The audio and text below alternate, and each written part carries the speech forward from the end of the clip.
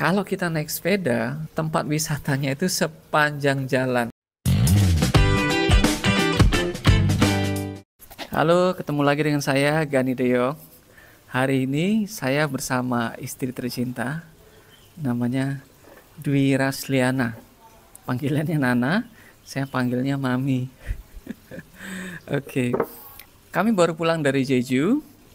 Jeju itu di Korea ya, jadi pulau tropis tapi di Korea yang agak beda dengan pulau-pulau di Indonesia. Nah, saya udah melakukan riset sebelum pergi ya. Di sana itu dingin, mestinya. Waktu saya riset, udara di bulan September itu harusnya 24 derajat. Tapi ternyata tidak seperti itu. Kemudian Jeju ini kalau kita lihat di film-film Korea memang banyak tempat wisata, infrastrukturnya bagus, bersih sekali kalau dibandingkan dengan pulau-pulau di Indonesia. Apalagi Mi yang berbeda? Pantainya berbatu-batu hitam. Oh iya, pantainya itu ya. Jadi kayak batunya itu kayak vulkanik, bentuknya hitam kayak candi, batu candi ya. Sepanjang jalan.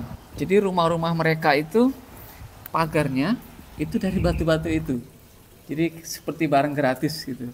Pinggiran jalan, batu-batu pagar rumah, itu pakai batu hitam itu. Apalagi yang menarik ya kemarin ya?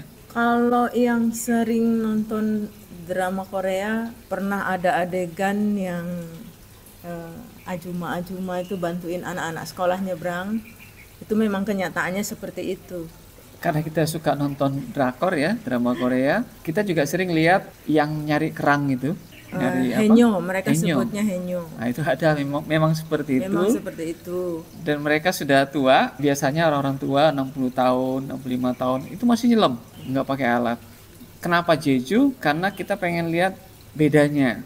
Jadi memang menarik, Jeju itu pulaunya 2 kali atau 2,5 kali lebih besar dari Singapura.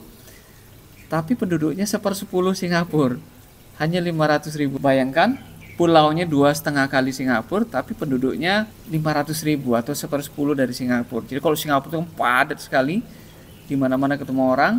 Kalau di sini sebaliknya, Sepi. sepi. Mau ikut syuting ya? Jalannya pun enak. Nah, kalau dibanding dengan Batam, karena saya tinggal di Batam ya, dia tetap lebih besar dari Batam 2 kali juga. Nah, tapi penduduk Batam kan 1,5 juta. Kalau Jeju itu 500.000 sampai 550.000 lah.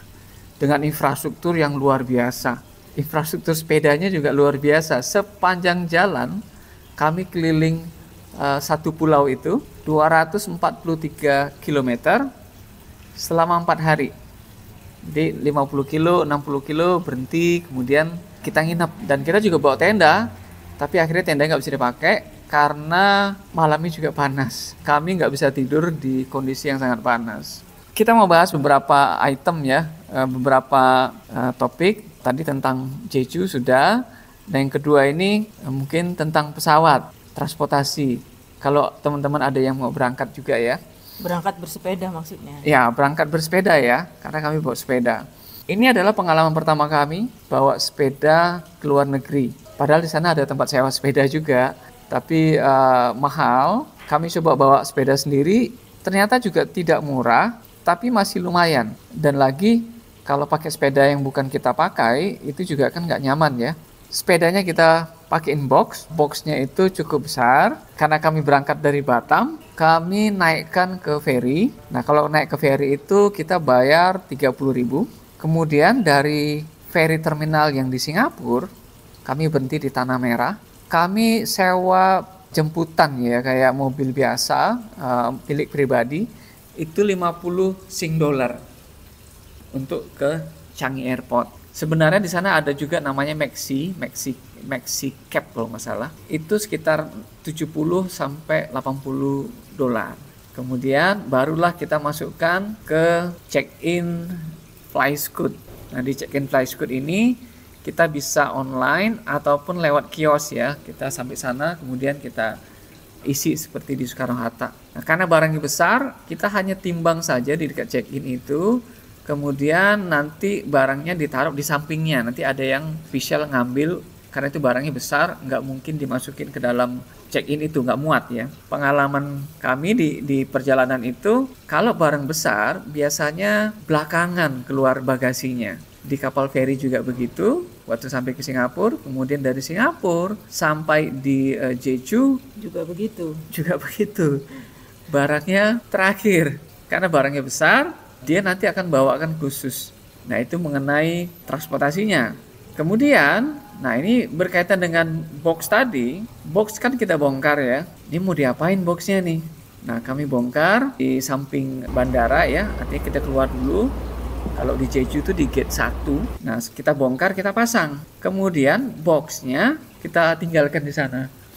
Yang jadi masalah nanti pulangnya gimana gitu ya. Ternyata tidak mudah mencari box sepeda. Yang tadinya kita tinggalkan, akhirnya kita ambil lagi, kita bawa ke toko sepeda, kita titipkan. Boxnya itu sudah lumayan hancur karena ini packingan pertama, saya kurang paham sehingga berlubang ya, kena tusuk sana sini. Tapi masih oke. Jadi kalau Anda bawa sepeda, pastikan box sepedanya bisa dipakai ulang atau tahu tempat beli box sepedanya. Yang berikutnya kita mau bahas makanan. Ini kalau makanan Mami aja nih yang cerita ini. Mulai dari minimarket sampai ke makanan yang spesial. Kalau makanan di Jeju itu tergolong mahal.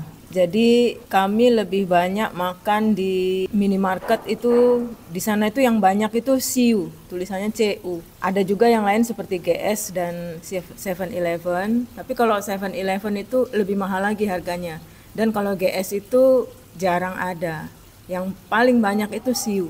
Mungkin kalau di tempat kita ini namanya Indomaret gitu atau Alfamart. Nah, di situ udah lengkap sekali. Di CU itu sudah lengkap sekali. Makanan instannya pun enak-enak. Memang harganya juga nggak murah-murah banget, tapi oke lah daripada kita makan di restoran.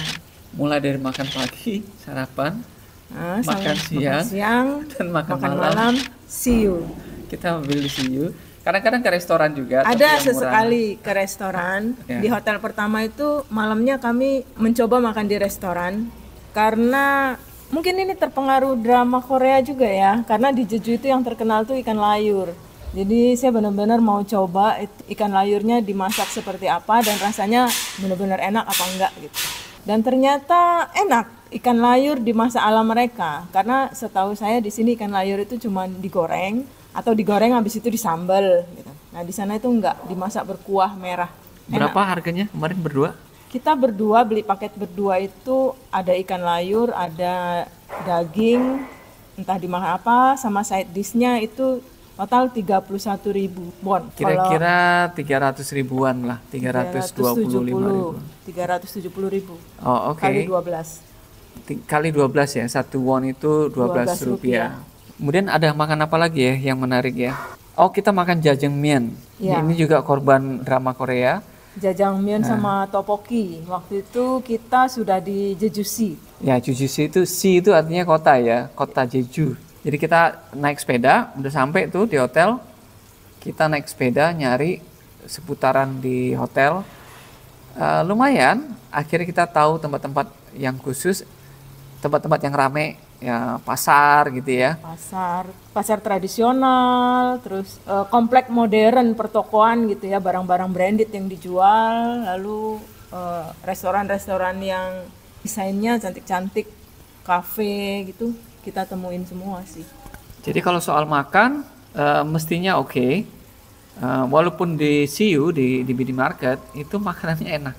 Iya, makanan instan pun enak banget, enak. Walaupun kita apa ya, kayaknya hemat gitu ya, tapi sebenarnya itu enak, makanan enak. Sebenarnya nggak hemat-hemat sekali juga makan di CU itu. Memang di sana tergolong mahal sih di Jeju. Karena setiap kali kita makan siang itu kita untuk makan aja sekitar 12.000 sampai 15.000 won. Untuk beli makan berdua ini sudah ada nasi, sudah ada lauk, yang semuanya instan. Di situ disediain microwave. Rata-rata satu minimarket itu ada 2 microwave, jadi kita boleh pakai gitu. Jadi setelah kita buka, kita racik-racik sendiri, masukin microwave, baru kita makan. Jadi sekitar 200.000 sekali makan, tapi berdua ya. Oke, berikutnya kita mau cerita tentang hotel, penginapan. Kami kan tadinya bawa alat-alat camping, rencananya mau camping juga di Jeju ya, artinya di hari keberapa gitu ya. Saran kami, kita cukup booking dulu hotel yang pertama, karena itu kadang-kadang ditanyai mau nginep di mana. Jangan sampai kita nggak punya hotel pada saat ditanya imigrasi. Tidak selalu ditanya, tapi kemungkinan besar ditanya. Jadi kita perlu booking hotel di hari pertama dan hari terakhir. Supaya kita aman, kita kan butuh packing sepeda kita gitu ya. Sebaiknya 2 hari sebelum pulang itu kita nginep di dekat-dekat airport. Jadi kita prepare sambil jalan-jalan keliling kotanya. Nah, sedangkan di pertengahan jalan sebaiknya jangan di booking. Karena kalau kita booking di pertengahan jalan, misalnya kita booking di kilometer 60 gitu ya, kemudian ternyata kita capek, baru 40 kilo capek misalnya. Nah, kita terpaksa harus goes susah payah sampai 60 untuk nginep. Atau sebaliknya, kita booking di area yang katakanlah 30 kilo per 30 kilo ya. Nggak taunya tempatnya datar gitu ya. Wah, ini masih siang nih, masih bisa goes. Tapi kita udah terikat sama hotel. Makanya di dalam perjalanannya sebaiknya jangan booking hotel. Nah, jadi pada saat nanti kita berhenti di sana, baru kita cari tuh guest house lewat Agoda, atau kita nyelonong aja masuk, kemudian kita tanya, biasanya harganya tidak beda, sama dengan di Agoda.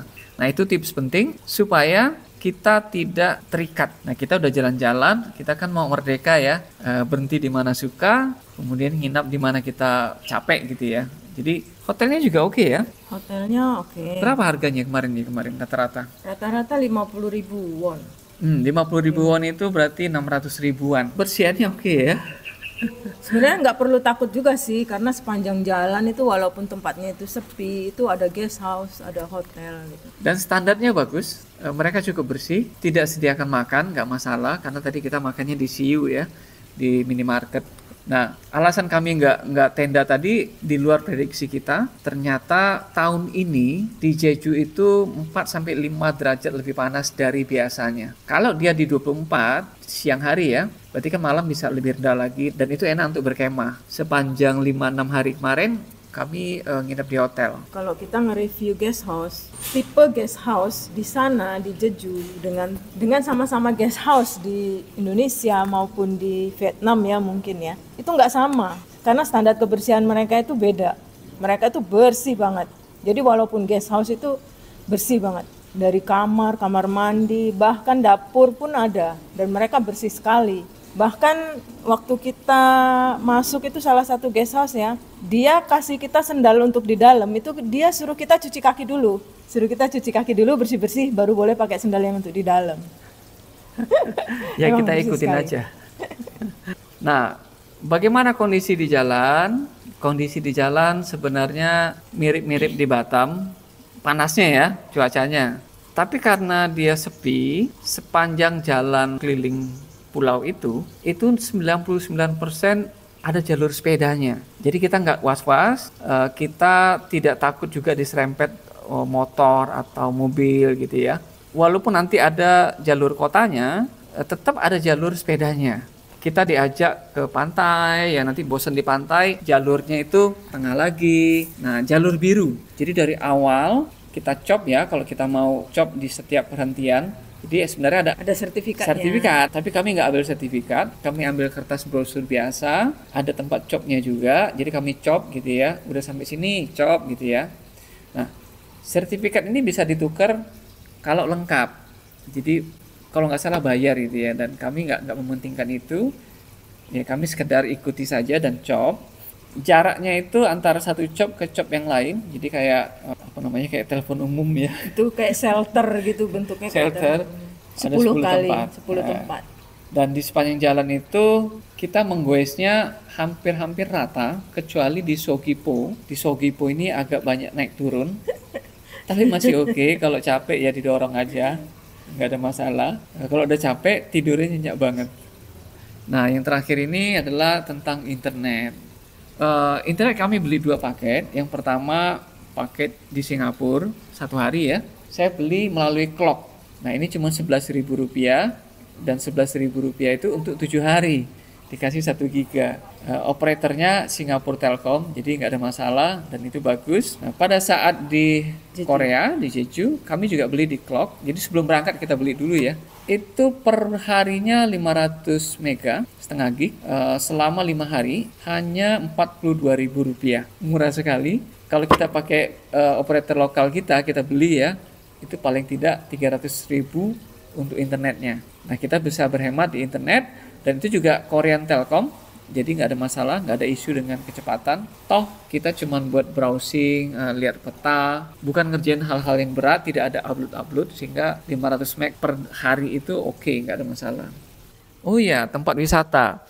Nah, kalau kita naik sepeda, tempat wisatanya itu sepanjang jalan. Bedanya kalau kita ikut tour gitu ya. Kalau ikut tour itu ya kita ikut maunya tour leader ya. Kesana kesini harus bangun pagi. Bangun pagi ke satu tempat, foto-foto, selesai. Kemudian pergi Lagi, lagi. foto-foto, selesai. Nah, kalau Makannya ini ditentukan gitu ya kalau grup ya. Kalau tour ya. Kalau pergi sendiri masih mending. Tapi tetap juga kita keterbatasan waktu ya ke satu tempat naik bus. Busnya cukup bagus. Jadi kalau Anda tidak bersepeda, naik bus cukup oke.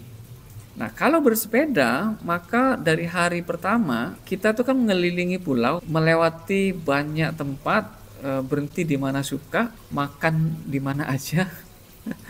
Capek berhenti, udah seger jalan lagi gitu ya.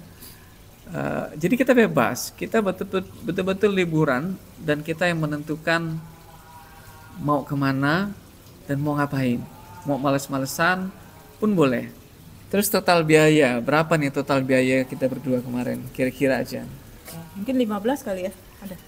Iya, kira-kira 15 juta, lebih ke tiket pesawat. Tiket pesawat itu 12 juta sama bagasi sepeda. Ya, 12 juta termasuk bagasi sepeda. Karena kalau di Scoot itu dia tidak termasuk bagasi. Nah, sepeda kita ini kan kira-kira 20 kilo ya, termasuk peralatan dan macam-macam. Jadi kita beli waktu itu 45 kilo, 20 dan 25 kilo, jadi 2. Itu hanya untuk sepeda. Nah, selain dari itu, hidup di sana kira-kira satu hari itu habis 1 juta rupiah termasuk hotel.